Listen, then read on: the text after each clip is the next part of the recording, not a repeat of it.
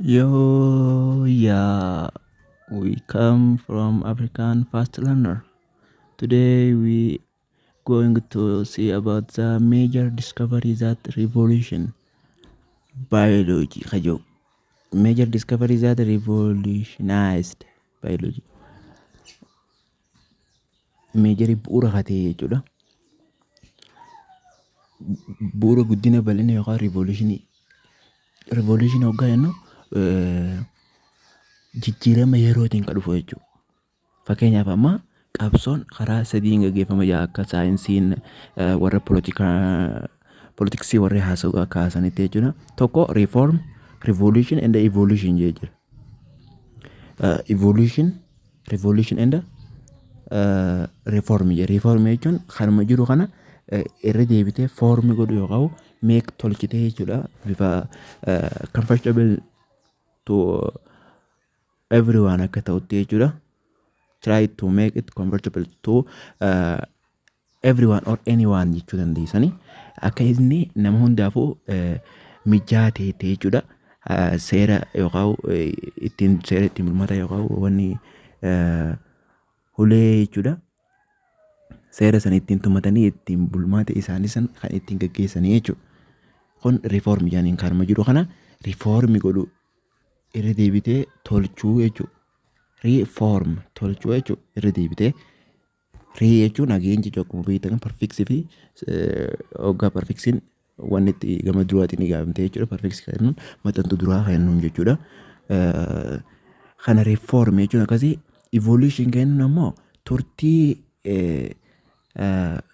revolutionii kun turtii yeroo dheertuu keessa jechuudha.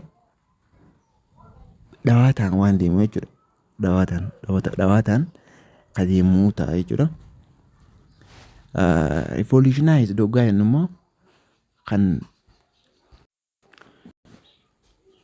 revolution jechuun kan maaliif jechuun kan dho'insaatiin gaggeeffamu jechuudha. Bifa fincilaa ta'een jechuudha.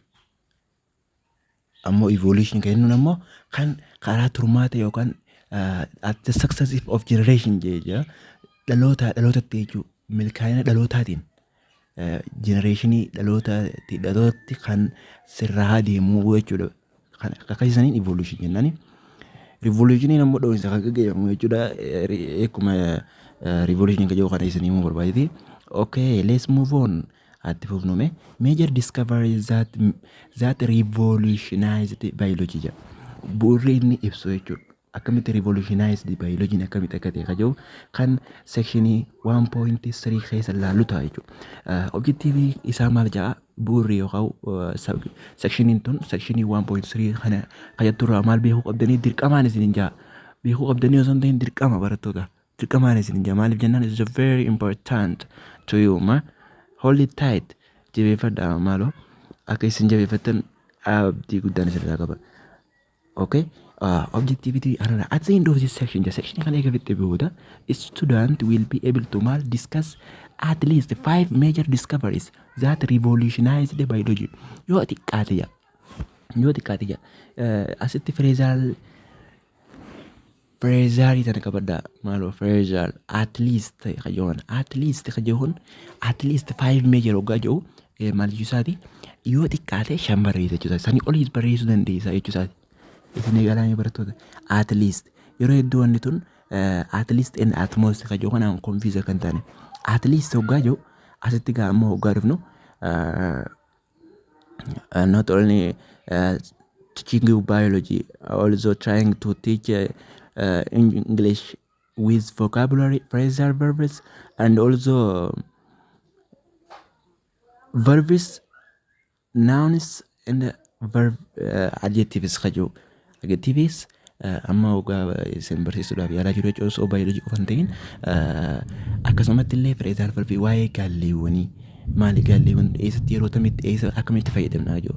Hangam takka isin emphasize yookaan hangam takka jabeenya isin qabdu kan jedhu hanga tokko isiniif himuudhaaf fi yaalaa jira jechuudha. Okay, kanaafuu akka obsitan jechuudha. Warroonni beektan akka obsitan warroonni beekne immoo akka hubattan isiniif afeera jechuudha. at least kajoo kanaa fi at most kajoo jira yeroo hedduudha. Yeroo hedduu maatii isa keessa ni jira. Kanaas kan laallu jiraachuu isaa kan ittiin mirkaneeffatu jechuudha. Kan hojiin agartan ta'a jechuudha. At least hoggaa yoo xiqqaate jechuusaati. Yoo xiqqaate kun amma baawundiin isaa yoo xiqqaate 5dha. Yoo xiqqaate 5dha. Isiniif galaami. Garuu yoo 5 kun mastii yookaan dirqamaa jechuudha. Yoo xiqqaate 5 kajoo kana. Meejarii yookaan bu'uurri diskavarii isii kanaa jechuudha. Diskavarii waa'ee revolutionized biology akkam akka revolutionized ta'e kan ibsu 5 barreessuu qabdanii jira. Kun atli yoo xiqqaate 5 sanii ol 5 fi sanii ol jechuusaati. Akka inequalityidhaan gaafa barreessinu gaa xiqqaa yookaan irra guddaa kan jennu saniini kami yoo xiqqaate at least 5 kajoo kana more than 5 or equal to 5 kajoo. More than 5 or equal to 5 kajoo. Ka saniin barreeffamaa jechuudha. At most kajoo immoo at most 5 yoo jee masla bakka tana at most 5 silaa jee yoo guddate 5dha. Yoo guddate 5dha. Yoo guddate garuu sanii gadiis godhuu dandeessanii jechuusaati. 2 3 sangaa 4 barreessuu dandeessanii jechuusaati. Garuu yoo guddate maali 5dha. Kun at least yoo xiqqaate 5 jee yoo xiqqaate 5 barreessuu qabdanidha. Phrasal verbiin isinii jira barattoota. Phrasii asii kana jechuudha. Gaallee asii at least kajoo kana isinii barbaadeeti. Please be patient ma. Barattoota obsa qabaadhaa. Isiniifiin himuuf yaalaa jira warra ni beektan irra ooftanii viidiyoo achisiisuu dandeessan jechuudha. Irratti skip godhaa jira. Pool kajoo jira. Pool gootanii irra asiisuu dandeessanii jechuudha. As harkiftanii jechuudha. Kana kanaan yeroon balleessinu ta'a. At least if at most kajoo kana isinii hubattan jeejaadha. Anu bannetes toopikii lameen qabaddeetiin isinii dhufa. It's very important waan ta'eef barbaachisaadha waan ta'eef beekuu qabdanii. I will release it on this channel. Don't be confused. Okay, let's move on. Biology is a fascinating and diverse subject area. Biology fascinating kate ja. Akkasumas illee diverse kate subject iddoo ta'edha ja. Fascinating and diverse subject area. Biology ja fascinating gogaa jiru very interesting jechuusaati yoo feetan. Very interesting or charming jechuus dandeessan. Haalaan gammachiisaa yookaan jaalachiisaa adda ta'e jechuudha biology jechuun. Akkasumas illee diverse subject dha. Gosa subject gosa barnootaa kutaa barnootaa jechuudha. Maali adda ta'e diverse jechuun difference jechuu dandeessan. Not identical, not identical, unlike jechuu dandeessan jechuudha. As diverse kajoo kana. Kunis ammaan dan vocabulary dha ijoollee. Barattoota akka jabeessitanii qabatanii isiniif hawwa. Diverse yookaan jiru different, non identical yookaan not identical jechuu dandeessa. Unlike yookaan jiru takkaa'u not hawleen fakkaanne jechuudha. Distinct yookaan addaan bal'aa ta'e tokko jechuudha.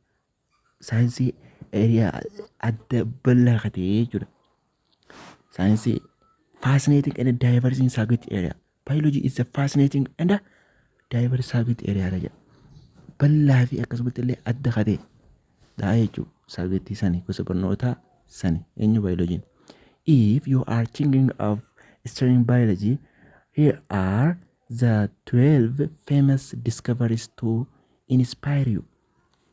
Ati maanta na jira. Yoo waa'ee biology qo'achuu barbaadde jira. As maaltu hunoo here are the 12 famous discoveries to inspire you.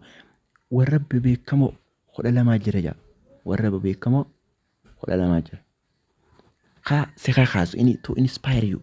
Si kakaasuudhaaf akka maal godhan akka biology akka maal gootuuf si kakaasan akka biology qorachuudhaaf yookaan qo'achuudhaaf waa'ee biology dha baruudhaaf kan si kakaasanii jechuudha. Feemasoota kanaas tokkoon kan laallu ta'a jechuudha. Hanga kitaabni keessan isinii tarreessee jira jirutti amma fakkeenyaaf Aristootel, Gaalen, Antooniyoo, Vaaliyuu waan kaayoo, Charles Darwin, okay, 6 General Mondels, Louis Pasteur, Robert Koch, Jane Gondola, Burberry, MC Clinton, then okay, Winston and the Wilton kayo kana tokkoon kan laalu kunoo saayintistoota jechuudha. Warra kuni qorattoota yookaan warra baayoloojii kanarratti wanni gaggeessan jechuudha. Eksperimentii yookaan qorannoo gaggeessan jechuudha. Warreen 12 kitaabni keessan asirratti isinii tarreessee kun innis isaanis maal tarreessan waa'ee maaliitii kaja'u kan laallu ta'a jechuudha. Tokko tokkooni Aristotle wajjin eegallaa kataa. Despite the fact that his name is rarely mentioned, maqaan isaa kun akkuma dhugaan jirtutti akkuma dhugaan isaa jirtutti maqaan isaa kun hedduminaan hin ka'u jaa hedduminaan kaafamee hin beeku yaadu jechuudha. When discussing important biological discovery, hoggaa biolojiin kun akkamitti bu'aa qabaatu, biolojiin kun qoratamuunsaa akkamitti akka bu'aa qabu hoggaa kaasan hedduu maqaa Aristotle kana kaasuudhaaf hedduu baay'inaan hin jiru jechuudha. Reerliidha jechuudha. Hedduu kan kaafama garuu baay'inaan hin kaafamu jechuudha. The ancient Greek philosopher Aristotle was responsible for breakthrough classification system for living things. Inni kun jechuudha ancient Greek warra philosopher Aristotle philosopher jechuudha. Warra philosopher jechuudha. Inni scientist osoo hin ta'in philosopher warra akkanumatti philosopher yaa'u yaadni isaanii bilchaataa ta'e tokkoon waan tokko gaasanii yookaan gas godhanii kan ittiin xinxaalan yookaan ittiin hubatanii waan tokko lafa haa turanii jechuudha. Warroonni philosopher kan inni kun jechuudha. Kan saayinsii yookaan eksperimentiidhaan gaggeeffame miti jechuudha. Kanaas ni hubattan yookaan isin konfiis godhu ta'e yookaan isin hin hubanne ta'e kan hubattan ta'a saniifuu waan isin rakkisuu hin qabu jechuudha. Aristotle was responsible for breakthrough classification system for living things. Inni kun jalqaba irratti jira. Nama jalqaba waa'ee maalii classificationii akkamitti akka addaan qoqqoodnu jechuudha. Uumama lubbu qabeeyyii kana akkamitti akka addaan qoqqoodnu. Asitti maal jedha breakthrough classification for a breakthrough. Nama jalqaba irratti reekardii cabse jechuudha. Waa'ee maal godhuudha waa'ee qoqqoodamiisa yookaan kutaadhaan yookaan garigariidhaan kaa'uudhaan kan jalqabaati jechuudha. Lubbu qabeeyyii kana akkamitti adda adda keenyaa jee karaa adda addaatiin kan yeroo jalqabaatiif kaasee jechuudha. Eenyu Aristotle kennuun jechuudha. Kunis yaaduma isaatiin kaasee jechuudha yaadaan. Aristotle's classification system inni yaadni Aristotle akkamitti kutaadhaan yookaan addaan qoqqoonnee keenyaa bineeldota kana bineensa akkamitti akka addaan qoonnee fakkeenyu jechuudha. Gosoota bineensaa jechuudha. Yookaan gosoota lubbu qabeeyyiidhaa jechuudha. Akkamitti akka addaan bobaasnee keenyu kan jalqaba kaasee Aristotle jedhama. Inni kunis yeroo importanti bu'aan baayoloojiidhaa akkamitti kajoo kana keessatti hedduu maqaansaa hin kaafamu jaa. Kanaafuu akkanaa kanaan this is unfair jennaan jechuun nuti. Kun haqaa miti jennaan. Kun haqaa miti jechuun maqaansaa kaafamuu qaba jechuudha. Kanarraa kanaa jechuudha. Aristotle classification system was known as the leader of life. Kanaafuu maali jechuudha maslaala jiruudhaati jennee kaafne waa'ee classification yookaan qoqqoodamiinsa Aristotle kaayee kanaadha.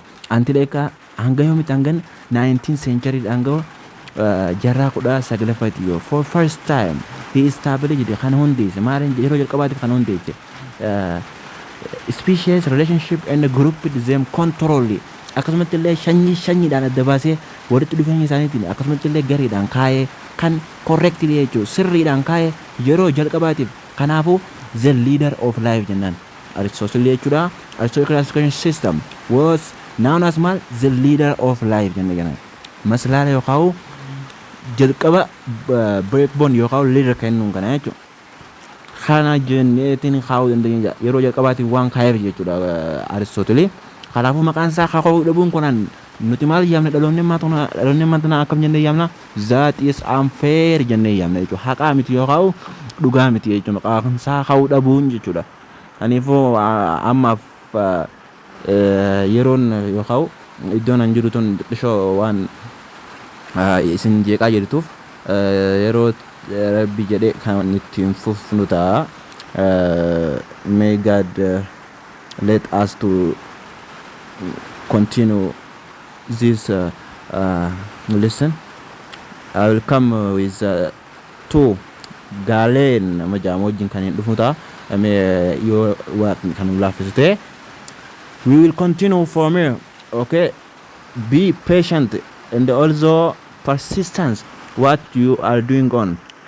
Jabeenya yookaan murtii jabaat yookaan ejjennoo jabduu qabaachuu qabdan jechuudha. Waan hojjechaa jirtan kanatti yookaan barachuudha yookaan hojjechuu irrattis ta'e ejjennoo jabduudhaan cimaadhaan hojjechuu qabdan jechuudha. Persistence qabu jechuudha. Whatever it has, you have to continue what you want to do. Waan godhuu qabsanitti itti fufuudhaaf akkasumatti illee make decision yookaan murtii murteeffattu saniif ifitti amantummaa fi garaa kutachuudhaan jechuudha. Garaa jabeeffattanii akka itti fuftan isiniif hin hawwaa jechuudha. If it's God's willing, I will continue to we call Galena.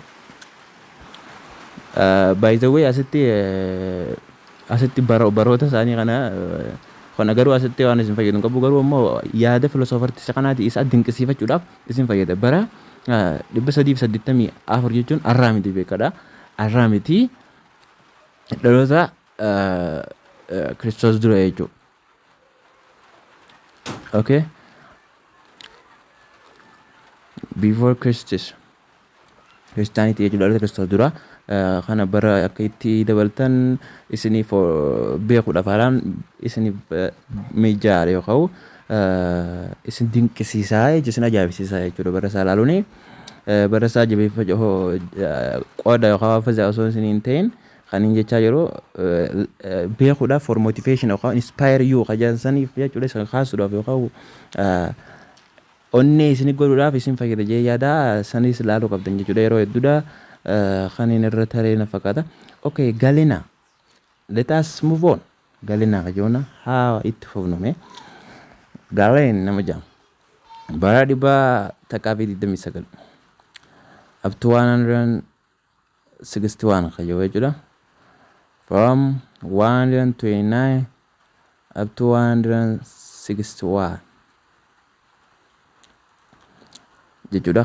Kan yeroo saniif ture jechuudha. Galena's effort wanni inni baadhate yookaan jabeessa itti fudhate eenyu asitti apostrophe of s jennee jira barattoota. Asirratti apostrophe of s kun amma kaa'ennoon kun maal asitti agarsiifti? Galenaas yaada isa kana yookaan possessive kennuun qabeenyummaa yookaan waan inni hold yookaan jabeeffate qabatee jechuudha. Yaada isaa san jechuusaati. Galenaas hoggaa jiru qabeenya isaati. S apostrophe s tun gaafa ibsu qabeenya isaa possessive jee jira Ingiliffaa keessatti jechuudha. Kanaas akkuma isin qabattaniin isiniif hawwa. Galenaas effort wanni inni baadhate yookaan fudhate malee transformed medical science jedha. Medical science waa'ee medical science jechuudha. Inni Galena kayyoo namni jedhamu kun kan baadhate yookaan ittiin jabeeffatee jechuudha. Kan ittiin hojjete jechuudha. Bara sanitti Galena haade waan inni godhe maal qaba? Significant impact on wanni inni significant impact on advancement of numerous medical specialists. Numerous kayyoo kun it is very many jechuudha. Haalaan hedduudha jechuudha. Numerous hoggaa jiru heddumina agarsiisa. Numerous medical specialists warra medicaalii warra fayyaadha jechuudha. Kan specialistii ta'ee ture including maal keessa qabate? Anatomy, pathology kennuun, physiology, neurology isaan kan hundi keessa qabate. Specialist of medical numerous kennuun eenyu fa'a? Anatomy, pathology and physiology and neurology. Isaan kan hundaa'u yeroo darbe haasoo yaalaa ture anatomy kennuun warra anatomy jechuun the branches of morphology dha.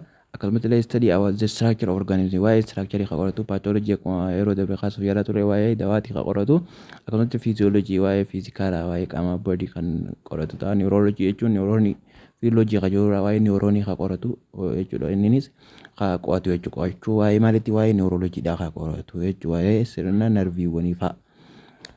Kana akka jabeessatanii qabattan isiniif hawwa. Okay, among his importance yookaan bu'aan isaa kana keessaa jechuudha. Importance yookaan bu'aawwan inni ammaan tana qorate kana jechuudha. Finding where distinction between veins and artery addaan baase jechuudha. Maaliif veins fi arteriin kun akka adda adda ta'an jechuudha. Garaagarummaa isaaniitis tokkoon addaan baase taasisuudha. Akkasumas illee recognition ni hubate. Maal hubate waa'ee larynx produce voice. Larynx kun akka sagalee maddisiisu jechuudha.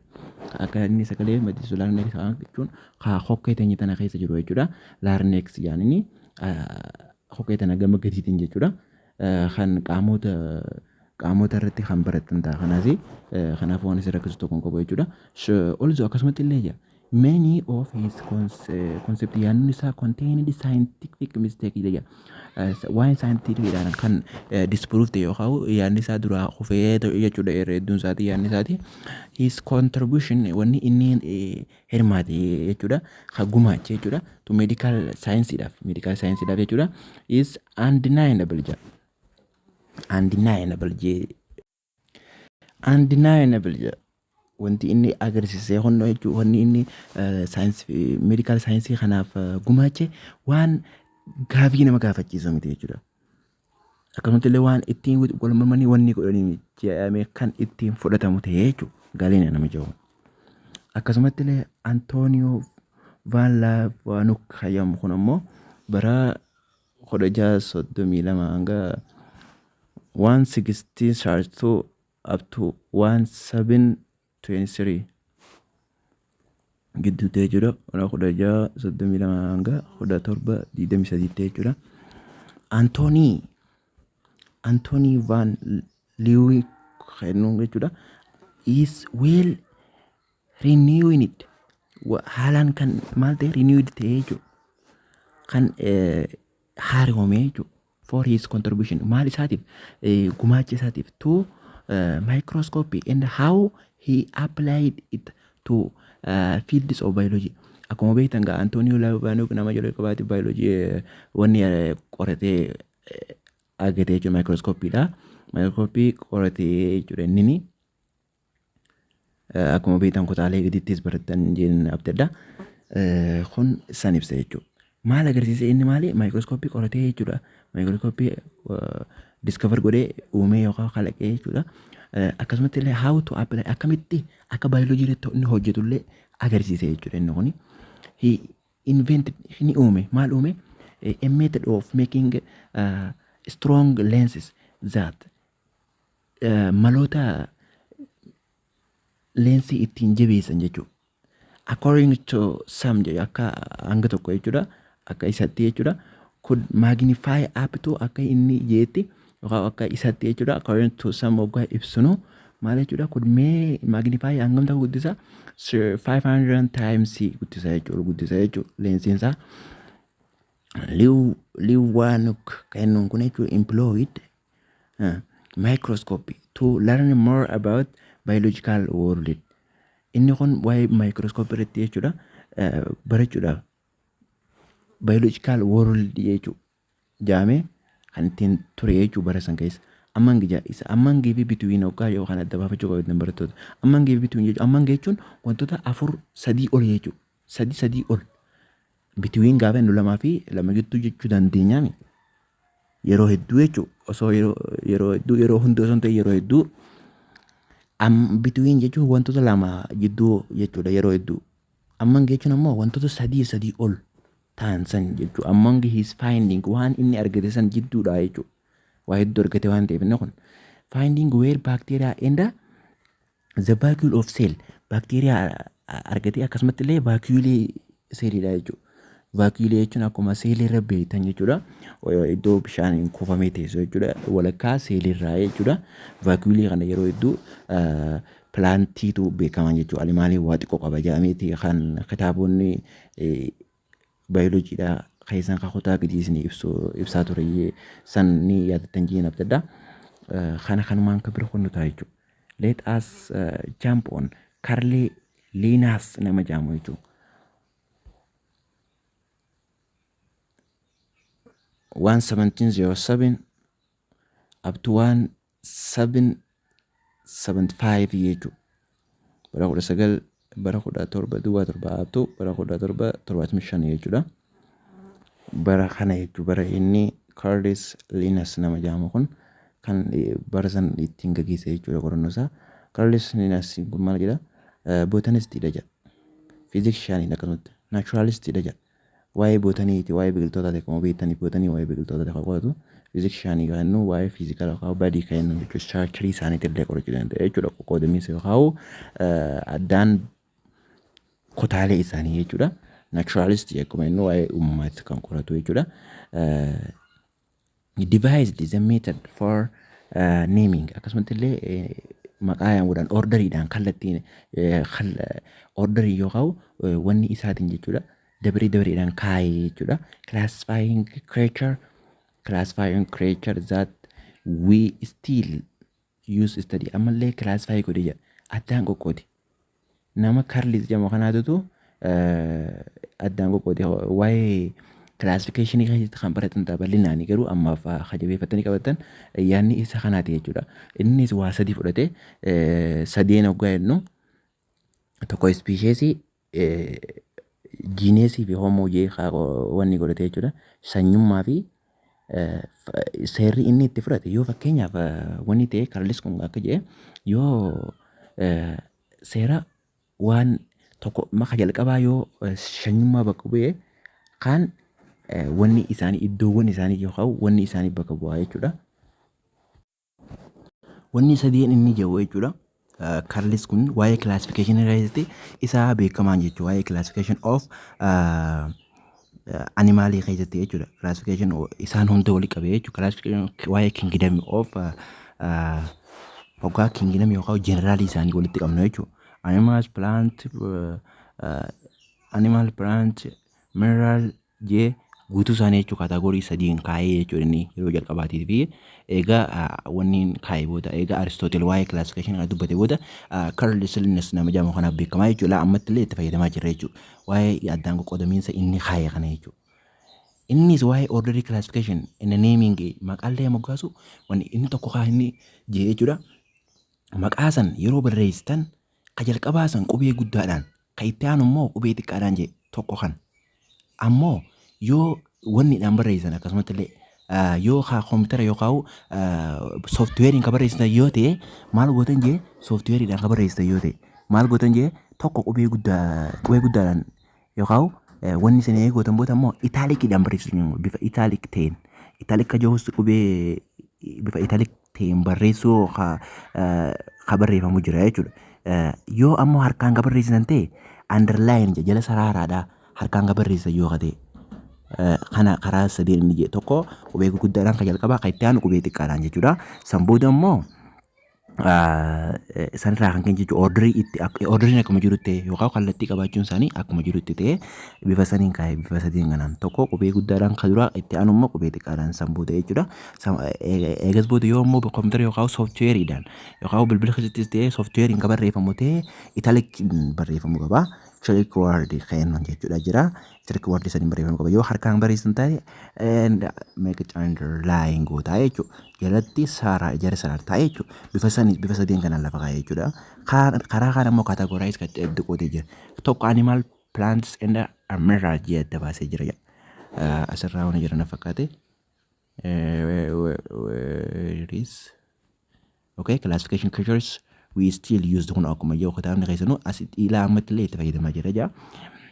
His extensive collection of plant, animal and shell specimens inspired him to devise a system for classifying and naming species. Wanti inni kakaase jechuudha. Extensively haalaan guddatee jechuudha collection of plant. Inni walitti qabamiinsa biqiltootaa fi animaalota bineensotaa jechuudha. In the shell shell isaanii jechuudha. Specimen inspired him tanaatu isa kakaase jechuudha. To devise godhee system for classifying godhuudhaaf. Heddumminni isaan sanii jechuudha. Extensive heddumminni isaan saniitu isa kakaase. Akka inni bifa sheelii yookaan boca adda qabuun addaan babaasee akka inni godhuuf saniitu isa kakaase jechuudha. Eenyu Linnaean nama jennuun kana jechuudha. Kanaatu isa kakaasee ture jaa. Adda babaasee naming species. He separated adda baase items into three categories. Huna akkuma jechaa turre category yookaan kutaa sadiitti addaan gogooti jee. Tokko animal, plant and minerals kan jennuun. And further gadi fageenyaan akkasumatti illee maali organize the living things into classes, orders, genera, species, kingdom hunda jee jira jechuudha. Family akkas jee orderiin jira gaa'ii orderiidhaan classification of kingdom kayyoo keessatti kan laallu ta'a jechuudha. Waa'ee kanaatis waan ittiin itti rakkattaniif hin qabu jechuudha. Ammaaf ammoo kana qabatte waa'ee orderii ammallee itti fayyadamaa jirru Linnaean nama jedhamu jechuudha. Karaa sadiin kategorii godha. Animal, plant and mineral. Further organize the living into class, order, general. Gadi fageenyaan hoggaa akkasumatti illee adda qoqqoodnu maal itti fayyada? Classes, order, general, species, kingdom, family jeeti tokkoon jira jechuudha. Kana addaan baasee ture jechuudha. Inni homo sapiens fakkeenyaa ta'u je. For example homo sapiens akkuma jalqaba kaasuuf yaalaa turre homo sapiens kan jennu homo h is capital letter dha. Hunda akkuma agartan asitti kunoo asitti ubee xiqqaadhaan jechuudha. Sapiens kan jennu kun jechuudha. Homo jechuun jiinasiidha jechuudha. Jiinasiidha shinnummaa isaati. Sapiens kan jennu immoo species isaati. Bifa kanaan addaan baasee jechuudha. Linnaean kun immoo Charles Darwin nama jedhamu immoo inni waa'ee probably the most famous naturalist of all time jedha. Inni kun beekamaadha jedha Charles Darwin nama jedhamu kun. Waa'ee uumamaa irratti jechuudha. Yeroo hunda jechuudha all time jedhame. Charles Darwin's contribution waa'ee maaliitti inni gumaache? Hirmaatee gumaache. Biology and society is immense ja.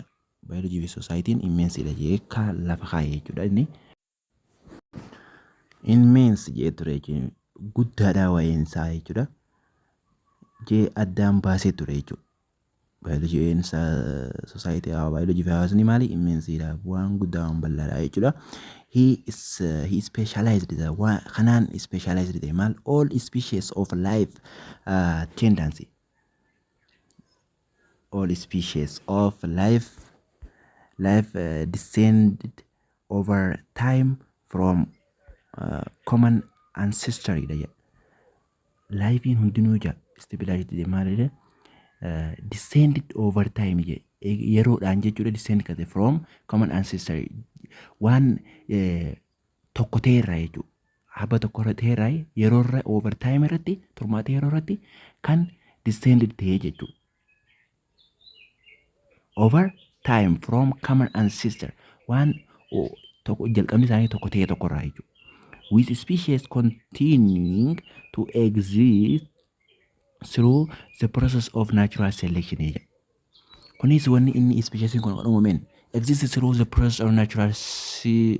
Natural selection jechuun uumamni isaa kan filate jechuudha. Uumamni isaa kan choice godhate kan filate jechuudha. Uumamni kan filate san badhaadhaadha jechuudha. Uumamni filate. Fakkeenyaaf amma waa'ee shimbirroolee yoo kaasuu dandeenye kaasuudhaaf yaalaa jiran jechuudha.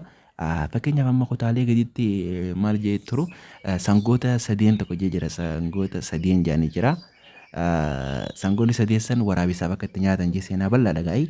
Waa'ee sangoota sadeen san ni himama jechuudha. Akkuma keenyatti jechuudha. Akkuma jeneraalee akkuma biyyatti kan jirutti ni himama jechuudha. Akka seenaatti waan kireet godhame jechuudha. Nameessaadha. osoo sangoota hin ta'in nameessaadha. Bifa saniin sangoota sadii jira, adii, burree fi gurraacha jira. Adii kan akkas jedhanii gurraachaan akkas jedhanii adiin kunis mul'isaa waraabessi maaliidha jeeni akkasitti waa'ee sangoota sadii jee seenaa bal'oodhaa jira garuu san amma sirkaasuudhaaf yeroo isin jalaa gubu waan ta'eef waa'ee sanirraa keessumas naannoo wal fakkaatu irra jechuudha. Naannoo wal fakkaatu tokko irratti wantoonni naannoo fakkaatan fakkeenyaaf amma biqiltoonni magariisni naannoowwan san yoo tuqaa jiran ta'e yoo shimbiroon magariisa ta'e takka jechuudha kan bocanni isii yookaan qalamni isiidha jechuudha. Kalar kennuun kun gaafa bocni isii magariisa ta'e san amma carraan isiin bineensaan yookaan wantoota biraatiin adamsamuudha xiqqaadha. Maaliif jennaan wantoota magariisan fakkaatti. Wantoonni magariisan kan fakkaanne fakkeenyaaf adiin takka diimtuu yoo jiraatte carraan isiin adamsamuudha guddaadha jechuudha. Bineensota biraatiin wantoota isaan adamsan biraatiin jechuudha. Saniin adamsamuudha guddaa. Maaliif jennaan ni mul'atti alaalaayise. Sanaaf isa yaamtee nyaadhamuu dandeessa jechuudha. Akka isaniin not natural selection kennu jechuudha. Natural selection kennuun magariisa san taate biqiltuun magariisa keessa jirtu san amma shimbiroon san bineensota biraatiin adamsamuudha yookaan wantoota isii adamsaniin adamsamuudhaaf carraan isii xiqqaadha jechuudha. Saniifuu akka isaniin natural selection jechuudha. As the process of time over time kan jennu jechuudha. Yeroowwan itti fudhate jechuudha. Yeroowwan history of evolution was published. Historiin isaa maal evolute godhe maal yoon published ta'e on his origin of species dha. Jalqabni isaa jechuudha on the origin of species in 1859 keessatti jechuudha. Bara 1859 keessatti and it caused quite inni kaasee jechuudha. Stare akkasumatti illee he was disputing inni lolee ture yookaan mufatee ture the long held belief wanni inni ittiin wanni godhaa ture jechuudha ittiin amanaa ture that all species had been created by God at the beginning of the world. Wanni inni ittiin mufatee jechuudha origin of species warreen warra jalqabaa history of evolution kan inni jechuudha turmaata yeroodha. Kan inni yeroo jalqabaatiif kaasaa turre evolution jechuun kan turmaata yeroodha over generation or successive of generation kan inni jechuudha. Generation yookaan dhaloota milkaa'aadha dhalootatti jechuudha kan luufaa darbaa dhufee bifa saniin ka ture jechuudha. Origin bu'uurri species-idha jedha. Caused quite callisee jechuudha. Still godhee isa jechuudha. He was disputing mufatee ture jedha. The long held yeroo hedduudhaaf belief amanamaa ture jechuudha. The long held belief that all species wantoonni shan jenni hundinuu jechuudha had been created by God jechuudha. Wanti hundinuu rabbiin uumame ka jiru at the beginning of the world yeroo jalqabaati jechuudha. Evolution by natural selection combined with Mendelian genetics kan jiru kanaan combine walitti makamee jechuudha. Is now accepted as a modern evolution science and form the foundation of much biological scientific endeavor kan jedhamu jechuudha. Akkas ture jechuudha seenaan yookaan waa'ee Charles Darwin nameen. Charles Darwin is the father of evolution jechuudha. Abbaa jijjiirama evolutionii natural selection fayyadamee jechuudha. Nama jabaa ture jechuudha inni kuni waa'ee evolutionii keessatti kan baratan ta'a. Evolutionii boqonnaa tokko guutuu jira kan danda'e jechuudha waa'ee evolutioniidhaati. Kanaafuu waan rakkatanii miti jechuudha.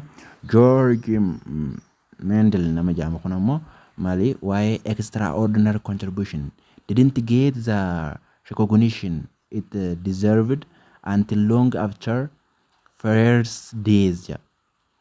He used the piece to discover why George Mendel is the father of genetics jira. Why gene ka qorate inni why extraordinary recognition hubatima discovery until long after first days jechuun inni du'aan boqotte jechuudha. Hanga inni du'aan boqotu illee itti fayyadamaa turan jechuudha. He used peace maal fayyadame peace fayyadame yookaan atara jechuudha. To discover and demonstrate law of genetic inheritance wantoota dhaalmaan dhufan jechuudha shanyummaan dhufan lawii genetics wanta dhuumamaan dhufan kana maal fayyadame jaa p fayyadame jechuudha. Wanta akka misiraa kate jechuudha. wanni jechuun wanta akka misiraa yookaan asitti maal jee beekama naannoo kanatti P hoggaa jennu wanta misira osoo hin ta'in wanni fakkaatu tokko jira. Misiraami garuu inni wanni fakkaatu tokko jira. I don't know its name maqaa isaa hin yaadadhu. Santu jira. San irratti wanni godhe kanis bocaan kan jiru ta'a. Bocaan kan laaltan ta'a. Bocaan laaltanii kan maqaa isaa itti jiru ta'a. Maqaa isaa kan qabu ta'a. Kan bartan ta'a. Saniifuu osoo misiraa hin ta'in jechuudha. Kan akkas ture jechuudha. Waa'ee demonstration isaa kana garden P jira namaatu kan garden yookaan wanni tokko itti tolfatee ittiin qoratee ture jechuudha. Innis waan isaan filateef innis waan dafee ga'uuf akkasumas illee heddumina waan multiplier godhuuf jeeti tokkoon waa'ee genetics waa'ee jiinii keessatti kan baratan ta'a. Waa'ee jiinii the father of genetics waan ta'eef jechuudha inni. Gregor Mendels nama jedhama kun jechuudha.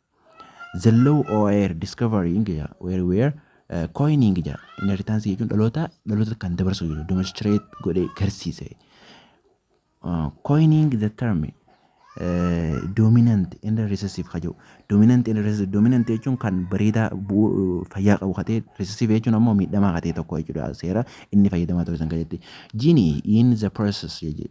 Genie san adeemsa genie yookaan wanni qaccee isa jalqabaa san keessatti jechuudha. The law were discovered at the turn of 20th century waggaa 20 keessatti jechuudha. Jaarraa 20 keessattidha. And provide the mechanism for Darwin's theory natural selection to occur. The two theories combine to form our current understanding of the evolution process. Isaan kun warri George Mendel fi Darwin's theory warri innuun kun walitti dhufanii akkasumatti illee arrallee jechuudha. Why our current understanding the evolutionary process. Evolutionary yookaan turmaneeruudha yerootti over a period of time dhufu kun akka hubannu kan godhee jechuudha. Kan Darwin fi Gregor Mendel nama jedhamu kun walitti dhufanii jechuudha. Louis Pasteur nama jedhamu jira malee he is regarded as the father of medical microbiology. Louis Pasteur nama jedhamu kun his contributions science, technology and medicine are nearly unparalleled in history. Science fi technology medicine nearly unparalleled. Colet kan walitti paralleled hin ta'ini jechuudha. He pioneered molecular asymmetry research demonstrate that bacteria causes fermentation and disease. Bacteria kun akka fermentation gaggeessu akkasumas illee dhukkuba akka fidu jira. Introduced pasteurization jechuun badiinsa aannanii jechuudha. Akkasumas illee resued kan jennuun jechuudha. Resued Prince beer kan jennuun biiraawwan baduu jechuudha. Akkasumas illee wayinii silk baasuu illee isaan illee baasuu bifa fermentationitiin jechuudha. Industry keessatti akka fayyadamumas silk industry dhaaf akka fayyadamu waa'ee fermentationidha. Developed anthrax and rabies vaccines. Vaccinii isaatillee yookaan talaalli isaatillee kan guddatee jechuudha. Inni kun Louis Pasteur nama jedhamu jechuudha.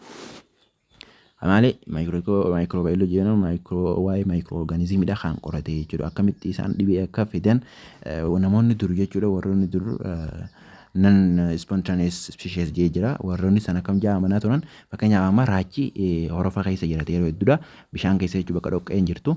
Dhoqqee sanirraa raachi tolee jira. Fakkeenyaaf akkasumatti illee non spontaneous species jira. Uummanni kun yaadni isaanii hin fudhatamu jechuudha. Warroonni akkasii sana akka disproved yookaan akka fudhatama hin qabaanne Louis Pasteur nama jedhamu kanattu hoffisee jechuudha. Qoratee argate. Bakteeriyaan akka wantoota xixiqqoon kun akka wantoota kana uuman jechuudha. Dhibee akka uuman yookaan wanta akka kalaqa wantoonni akkamitti non-living organism is not be existed. Living organism is not be existed from non-living organism. Wantoonni lubbu qabeeyyiin lubbu maleeyyii irraa hin uumamanii. Nama hubattan jeen abdadha. Lubbu qabeeyyii fi lubbu dhabeeyyiin jaan safuudha. Lubbu dhabeeyyii jechuun wanta lubbuu qabdu ta lubbuu dhabdee jechuudha. Lubbu maleeyyii jaama. Non-living yookaan lubbu maleeyyii. Lubbuu dhabeeyyii sun ta'e lubbuu maleeyyii. Lubbuu malee warra uumamee jechuudha. Na hubattan jeeyyaadha. Yeroo dabres kaasuuf yaaliin ture na fakkaata. Kana inni wantoonni hundinuu lubbuu waan lubbuu qabdurraa malee wanti waan lubbuu hin qabnerraa waan lubbuu qabdu hin uumamtu jechuudha. Garuu immoo non spontaneous species warreen nun san jarrisa maal jechaa amanaa turanii fakkeenyaaf amma sorry to take as example this embarrassing word dhiifamaa godhaa yookaan safuu yookaan afaanitti yookaan dubbiidhaaf hin tolle jechuudha. Oromoon akkuma safuu isaa beektan wantoota afaaniifis gurraafis hin tolle hin haasawu figurative yookaan bu'aan biraa fakkeessee haasa'uuf yaala. Garuu ammoo fakkeenyaan akka hubattaniif feesaniif kaasuuf yaala jira. Fakkeenyaaf amma foon jechuudha. Foon yommuu tortoree yookaan raammee jechuudha. Sorry raammee raammoon tun foon sanirraa uumamtee foon muramee jechuudha. Muramee waan tokko lubbuu qaba foon isa sanirraa uumamee tiiticha yookaan isarra deddeemu san isa sanirraa uumamee jaawan warri nan species san. Dispositioning kun ammoo wantoonni lubbuu hin qabne wantoonni lubbuu qabu wantoonni lubbuu hin qabne irraa hin uumamu. Wanti san ka uumameef fakkeenyaaf amma inni jalqaba irratti proof godhe waa'ee aananiiti. Aanan wanni jechuudha. Akkamitti akka wanni aanan osoo hin ta'in wayiniin akkamitti akka baddu. Aanan osoo hin ta'in wayiniin akkamitti akka baddu jechuudha. Akkamitti akka dhangagoytu jechuudha. Akkamitti isheen akka dhangagoytu sababa maalirraa kan ka'e kajoorraa kana qoratee akka microorganismii akka taate qoratee argate jechuudha. Louis Pasteur namni hennuun kun. Kana qofaa miti akkuma asirraa agartaa jirtan kana qofaa miti jechuudha inni gumaachee jechuudha. Waa hedduudha jechuudha kaayee kunoo akkuma agartan fermentation disease wayinii inni silkis kayyoo kunoo tokkoon asirra jiru ta'a akka isaan illee ittiin maddisiisan jechuudha. Ittiin oomishan jechuudha. Na hubattan jeenabdadha. Okay, Robert Koch nama jedhamu kana kan yeroo dhufu continue yookaan itti fufuudhaaf yaallu ta'a. Have a wonderful time. Yeroo gaarii taphadhaa. Thanks a lot. Guddaa galatooma. Nagaan tura.